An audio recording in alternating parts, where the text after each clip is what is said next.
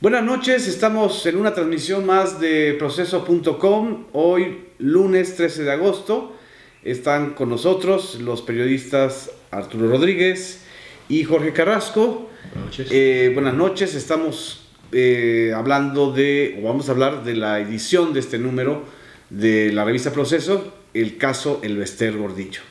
La profesora que fue liberada la semana pasada, ¿libre de toda culpa, Jorge, o todavía quedan algo? Libre de las culpas que la PGR dijo que tenía: delincuencia organizada, lavado de dinero y defraudación fiscal. Un delito que superó hace ya un buen rato. Quedaban dos, ¿no? Quedaban dos, que eran delincuencia organizada y lavado de dinero, y que al menos en la resolución de la semana pasada del Tribunal Unitario, pues queda libre, en efecto. No hay culpa, es más, ni siquiera fue sentenciada. Ni siquiera va a tener que pagar nada, fianza ni nada. No. Ella puede... penal. Sí, de hecho ahora está buscando la eliminación de su ficha signalética. Ah, ok. ¿Y es posible eso? Es posible, sobre todo porque ya causó estado, al menos en ese caso, causa estado, y por lo tanto, si no fuiste sentenciado, entonces tienes que estar eliminado completamente de la ficha policial. La liberación de Elbester coincidió en el tiempo con la entrega de la constancia de validez a Andrés Manuel López Obrador como presidente electo. Y por supuesto, esa coincidencia hizo creer o pensar que López Obrador influyó en la decisión, o que fue una negociación con López Obrador y con Enrique Peña Nieto. ¿Qué opinas, Arturo? Bueno, creo que uno de los planteamientos centrales de esta cuestión es que, por una parte, sí hubo una operación del entorno de Elbester, familiar y político, sindical, dentro de la campaña de López Obrador, tanto en una operación electoral como en el staff que lo acompañaba en las giras. Y eso pues es público, es visible. ¿Fue en todo el país? Fue todo el país. Okay. Y prácticamente en toda actividad proselitista del periodo de campaña era posible ver las siglas RSP como una parte importante de las concentraciones. ¿Qué significa? Redes sociales progresistas magisteriales. Había dentro del staff de López Obrador algunas personas que fungían como coordinadores logísticos informales. Eran quienes posibilitaban los accesos, revisaban algunos temas de la logística de la organización de las actividades, y sobre todo en el día de la jornada electoral pues tuvieron una participación en las llamadas casillas prioritarias, que es pues vigilar el voto, cuidar los resultados en aquellas casillas donde solía ganar López Obrador y que luego no se revisaban hasta años después. Esto fue un análisis que hizo el equipo de Horacio Duarte, el representante de Morena en el INE, que fue un reportaje que publicamos por allá en abril, donde se dan cuenta de que en las casillas donde ganaba López Obrador no revisaban, y con el paso de los años revisan y se dan cuenta de que hay inconsistencias y de que le quitaban 50, 100 votos, que no se notaban y nadie las tomaba en cuenta porque ya ganó. Pero esa fue la operación electoral. ¿Esa operación electoral explica la posibilidad de un pacto? Explica que se lea así. Okay. Yo lo que creo que un planteamiento obligado, sobre todo con Jorge, que es quien tiene la fuente judicial, es si coincidía en tiempos, si era viable en tiempos esta sentencia, ¿no? Creo que era una sentencia, general Arturo, que de alguna manera esperaban. La defensa dice que la esperaban desde varias semanas atrás. Es decir, había un recurso que había tramitado ante el Tribunal Unitario, que en el fondo lo que estaba pidiendo es decir, a ver, revisa el fondo si se sostiene la acusación de la PGR contra Elbester. Pero esto era parte de un largo proceso de 5 años y medio de litigio de Elbester. Entre otras cosas, lo que logró fue la prisión domiciliaria a fines del año pasado. Antes de la elección. Antes de la elección, a fines del año pasado. De manera que, digamos, en tiempos judiciales sí fue un proceso muy largo, ¿no? Pero también efectivamente llama la atención que haya sido resuelto justo el mismo día o unas horas previas a la entrega de la constancia del triunfo de López Obrador. En tu texto, Jorge, tú mencionas que hay dos grandes responsables del mal armado del expediente y de la acusación, que son el entonces procurador Jesús Murillo Caram y el titular de Hacienda en ese momento, Luis Videgaray, quien tiene que sustentar el delito o el presunto delito de triangulación de fondos o malversación de fondos. ¿Qué consideras tú? ¿Son estos dos los responsables o es directamente el jefe político de ambos, que era Peña Nieto?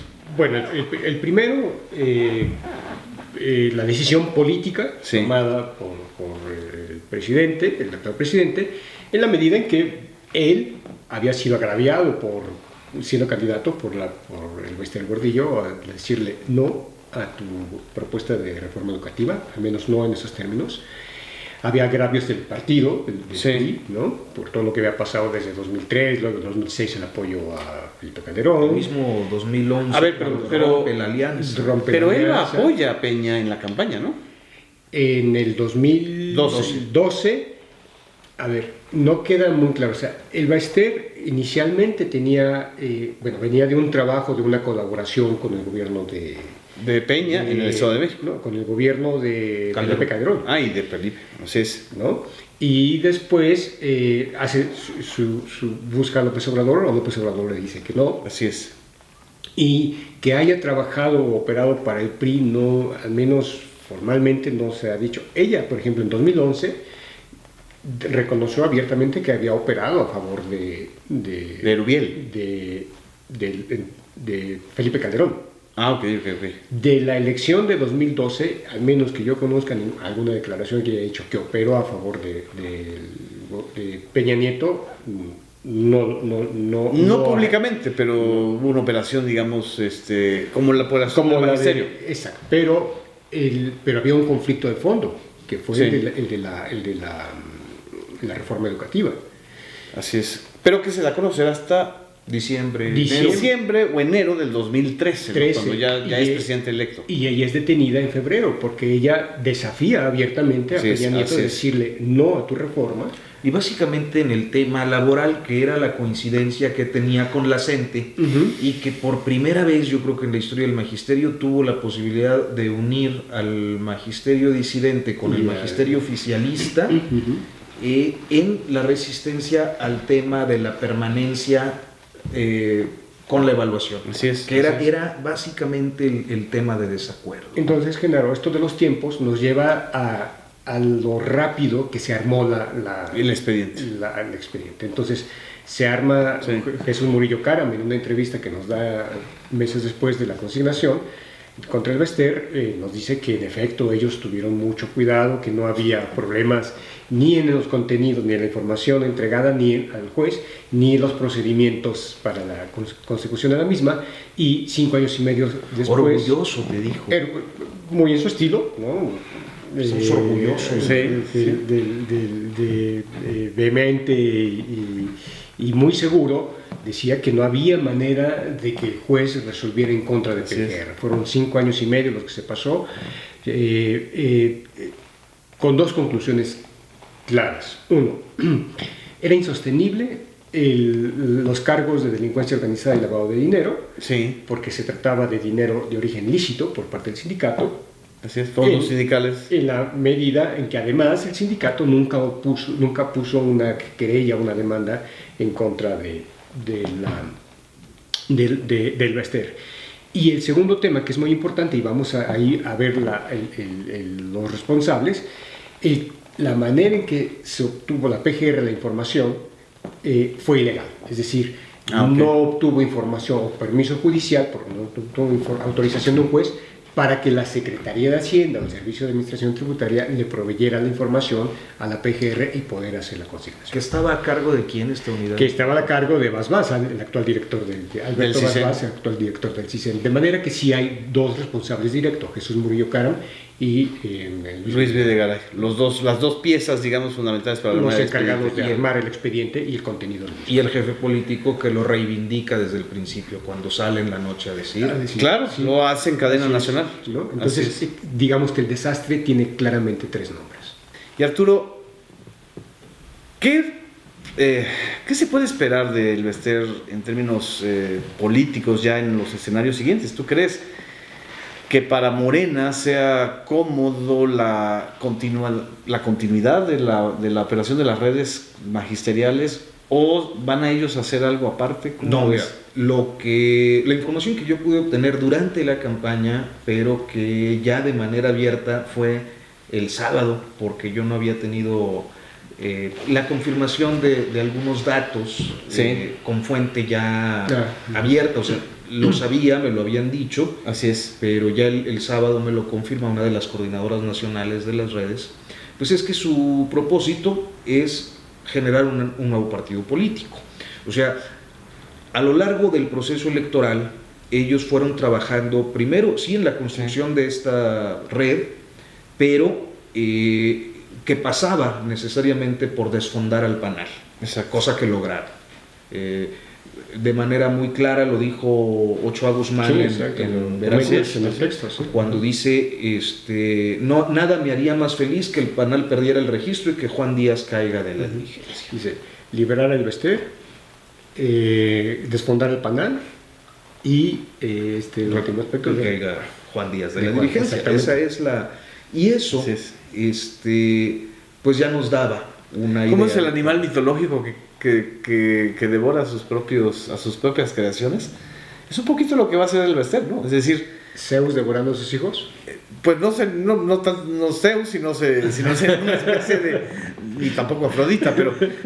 mucho menos, aunque ella se sienta como Afrodita, pero es un proceso igual, ¿no? Es decir... Pues a Juan Díaz, de reestructurar a todos los que, según él mismo, fueron los traidores, ¿no? Que fueron los traidores, que en sentido estricto creo que es una visión compartida también en la base magisterial. Sí. O sea, el magisterio sí ha acumulado agravios a lo largo de estos años.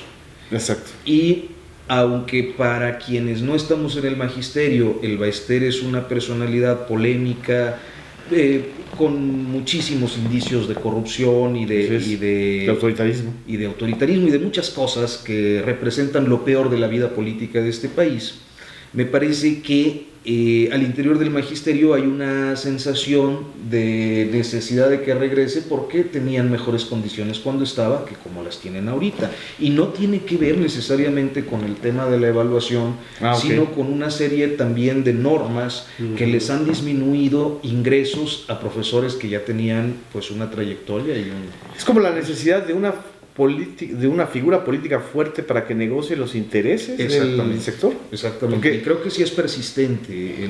No hay una idea o imagen de recambio en lugar de Elba. No, particularmente el magisterio no tiene esa vocación democrática, ¿no? Y al menos en este momento. O sea, supuestamente ella estaría preparando un relevo, o los elvistas, pero no se ve claro, ¿no? No se ve. Se ve, sí es muy claro que van por la constitución de un nuevo partido. El problema y lo agraviante sería, bueno, hay un agravio social que es muy, muy grande, que ha sido la liberación en sí misma, ha causado mucho agravio, y sería muy agraviante también que el próximo gobierno le diera posiciones a Elvester Gordillo, como ocurrió con Felipe Calderón. No es el caso, son actuaciones distintas hasta ahora. Sí. Esperemos que no ocurra. Hay un factor en eso, por ejemplo, que es muy claro, porque además ocurre más o menos en estos días de este tipo de mensajes, que es en la designación anticipada de estos anuncios que hace López Obrador de Gilberto Guevara Niebla como subsecretario, porque Guevara Niebla pues es uno de los enemigos históricos del exacto. En la época de Cedillo, en la parte final de Salinas, Cedillo como secretario de Educación, y luego ya en el sexenio de Cedillo como presidente, pues Guevara Niebla fue uno de los que se enfrentó al poder de Elba. Entonces, si estamos hablando de una nueva forma de hacer bueno, no solo hacer política, sino de gobernar, al menos lo que está proponiendo López Obrador, pues evidentemente tendría que excluir a Gordillo. Es decir, si logra constituir su partido, bueno, hasta ahí, y con nombres, pero no integrarlo. Con nombres y apellidos muy claros y exacto. muy visibles. Pero ¿no? porque además hay un agravio social plenamente justificado. Así es. O sea, el mal que haya construido mal la PGR el caso, Hacienda y PGR que hayan construido mal el caso, no quita que el Ballester haya manejado de manera caprichosa, arbitraria, discrecional los recursos del sindicato. Es decir, no es una víctima a los ojos de la sociedad. No lo es porque los hechos lo demuestran, y ahí sí la averiguación previa y la consignación que conocimos en su momento es clarísima. Los recursos fueron utilizados para la compra en tiendas departamentales caras, muy caras, tiendas de ropa, compra de arte. Así es. Pago de aviones, pago de mantenimiento de servicios de internet en los vuelos. Es decir, una serie de gastos que sí es cierto, era dinero lícito, era del sindicato, claro, pero que eso ofende naturalmente, claro, porque son los recursos de los maestros, ¿no? Y al final son recursos de la sociedad. Así es. Este es el tema fundamental de la revista. Hay otros asuntos. En mi caso me correspondió relatar pues otro caso que va a tener mucho que ver con el periodo de transición, sobre todo en la empresa de telecomunicaciones y de comunicaciones más importante del país, que es Televisa. Revivió el FIFA-Gate, FIFA-Gate, que es uno de las tramas de corrupción, hablando de corrupción, más complejas y transnacionales, porque hay más de 16 países involucrados, hay directivos de todas las direcciones y directivas de fútbol profesional, de europeo, sobre todo latinoamericano y mexicanos involucrados. El caso que relatamos es el de el FIFA-Gate y su vínculo con Televisa, porque pues en Televisa se enfrentan ahora a otro desafío, que es una serie de acciones colectivas, demandas colectivas, figura jurídica que por cierto aquí en México no tiene tanto peso como en Estados Unidos, por presunto fraude a accionistas minoritarios, cuando Televisa supuestamente pagó $15 millones junto con O Globo, la televisora brasileña, para garantizar los derechos de transmisión de los mundiales de 2018 hasta el 2030. Ese es un asunto que también va a marcar el ecosistema de las comunicaciones, lo que va a pasar con Televisa en el inicio del gobierno de Andrés Manuel López Obrador, y aunque le pidan al gobierno de López Obrador que las salve, pues este tipo de demandas no tienen que ver con la voluntad política de quien sea el próximo presidente, sino de un proceso judicial que se va a desarrollar en Estados Unidos y específicamente en Nueva York. Y hay otros temas. ¿Tú quieres comentar algo más? No, me parece interesante porque es cuando estos magnates mexicanos, de los que yo trato de ocuparme cada vez que puedo, porque se lo merecen. La REA, por ejemplo. Pero también Eduardo Tricio, claro, que es el dueño de Grupo Lala, pero ahora también de Aeroméxico, presidente de Aeroméxico. Es presidente de los dos consejos, no es dueño, pero sí tiene un capital accionario importante. Ahora que fue el avionazo de Durango, de Aeroméxico, nuevamente sin víctimas, enfrenta también ya una demanda colectiva por los pasajeros estadounidenses que iban en el vuelo. Algo que aquí no. Nada más imagínense si existiera la figura de la demanda colectiva eficaz, lo que estarían haciendo ahorita los automovilistas que pasan por el circuito exterior mexiquense, que OHL les acaba de aumentar la tarifa de peaje. Es una de las cosas más leoninas que existen, porque además es la autopista más cara del país y además la que tiene más accidentes. En fin, eso creo que va a ser tema de... Pero bueno, volviendo al tema del FIFA-Gate y de Televisa, hay muchos movimientos en el ecosistema de medios, como dices tú, nuevos canales que están por aparecer. O sea, hay muchos temas que en este periodo de transición impactan en este sector. Hay reacomodos. Yo creo que los reacomodos en la gran cúpula de los concesionarios no los vamos a ver de manera abierta en estas últimas semanas, pero ya se están dando. Es decir, el gran desafío para ellos es cómo enfrentar o convivir con un gobierno con una fuerza política muy alta, pero que les está diciendo que les va a reducir a la mitad los recursos de la publicidad pública. En fin, aquí nos vamos a seguir viendo en Facebook Live. Les invitamos a leer, a consultar, a compartir el contenido de la revista Proceso de esta semana. Gracias. Gracias. Buenas noches. Buenas noches.